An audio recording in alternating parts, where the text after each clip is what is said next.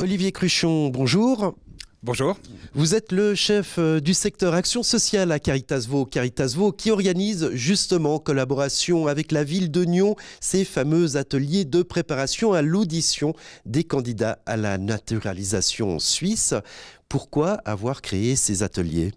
Eh bien, à l'origine, nous organisons depuis de nombreuses années des cours de français pour les migrants, des adultes migrants, qui n'ont pas forcément les moyens financiers de payer eux-mêmes des cours. Et puis, à l'issue de ces cours de français, on a réalisé qu'il y avait un réel besoin pour certains d'entre eux d'aller plus loin pour se préparer à cette audition. Alors concrètement, qu'est-ce qu'on y apprend ? Comment on y travaille ? Comment on travaille son fameux passeport à croix blanche ? Alors, ce sont des ateliers, donc ce sont environ une douzaine de personnes qui y participent. Et puis, il y a 3 modules de 2 heures qui sont répartis sur 3 semaines, en soirée ou en matinée. Et puis, je dirais que le gros du propos, c'est avant tout les institutions politiques suisses, donc au niveau cantonal, communal, fédéral, les 3 pouvoirs exécutifs, législatifs, judiciaires, puis également tout ce qui est lié aux initiatives, aux référendums. Ça, c'est le gros morceau. C'est surtout là où les gens ont peut-être un peu plus de mal à assimiler. Il faut dire que la matière est dense.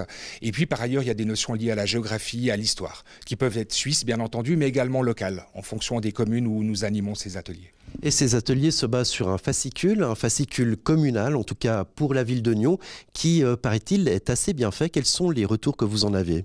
Alors, les retours qu'on a, c'est qu'effectivement, le fascicule est très complet. Il présente bien les choses. Par contre, ce qu'on sait aussi, c'est qu'une partie des personnes candidates à la naturalisation n'ont pas forcément, la capacité de pouvoir réviser, apprendre ça par eux-mêmes.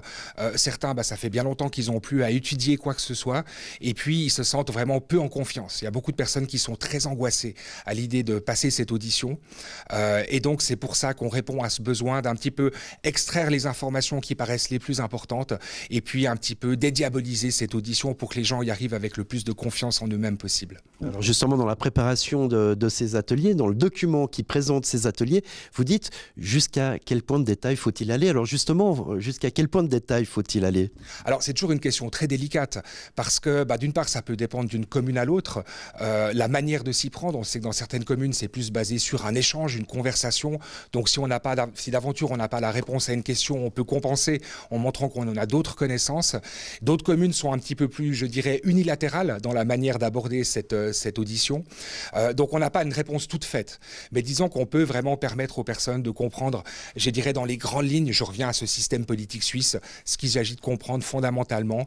Et puis on n'encourage pas les personnes à tout apprendre par cœur, parce que très honnêtement, ça n'a pas forcément de sens. Mais d'être en mesure de montrer qu'ils se sont intéressés à la question, qu'ils ont fait vraiment des efforts et qu'ils se présentent de manière humble devant la commission avec les informations qu'ils ont. Et puis si d'aventure il y a une autre réponse qui fait défaut, a priori, d'après notre connaissance de la chose, ça ne va pas forcément porter à préjudice. Quand ces candidats arrivent dans la commission de naturalisation, ils sont en bout de parcours, ils ont eu plusieurs années de suivi. Ces gens qui ont loupé cet examen à Nyon disent qu'ils sont traumatisés. Est-ce que c'est ces 2 ans qui traumatisent finalement et qui font qu'on ne passe pas le cap final, ou est-ce que c'est vraiment cette commission qui fait échouer ? Alors pour moi c'est difficile de répondre, je ne suis pas dans l'esprit de ces personnes qui malheureusement ont échoué. En tout cas je peux confirmer que, encore une fois, passer devant cette commission, c'est quelque chose d'émotionnellement très prenant pour la plupart des candidats. En tout cas, ceux qui viennent nous trouver, qui viennent chercher de l'aide. Je précise que ces ateliers sont totalement facultatifs. Personne n'est obligé de s'y rendre et c'est vraiment dans l'idée d'aider ceux qui se sentent un peu plus démunis.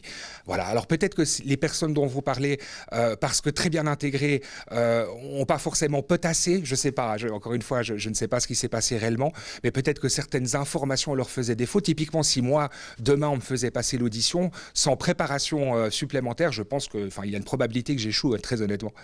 En conclusion, est-ce qu'on pourrait dire que c'est comme le permis de conduire ? C'est un exemple qui est fréquemment cité. Tous les conducteurs ne pourraient pas repasser leur permis de conduire, du moins le théorique, mais il faut quand même s'y mettre, il faut apprendre, il faut bacheter, et puis il faut arriver devant les examinateurs en ressortant les éléments qu'ils ont eux-mêmes écrits dans leur fascicule. Je dirais qu'il y a quand même une différence fondamentale, c'est que moi, le permis de conduire, j'ai dû le passer quand bien même je suis suisse, alors que l'audition, je ne l'ai pas passé parce que je suis nez suisse.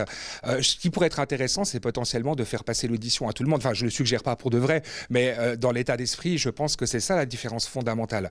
Le permis de conduire, déjà, vous en avez besoin pour des raisons de sécurité. Là, pour l'audition de naturalisation, je ne sais pas. Mais au nom de Caritas Vaud, je ne vais pas me prononcer sur la pertinence de l'audition. Tout ce que je peux vous dire, c'est que nous, on a à cœur d'aider les gens qui souhaitent la réussir. Olivier Cruchon, je vous remercie beaucoup. Je rappelle que vous êtes le chef du secteur social de Caritas Vaud. Merci encore. Merci à vous.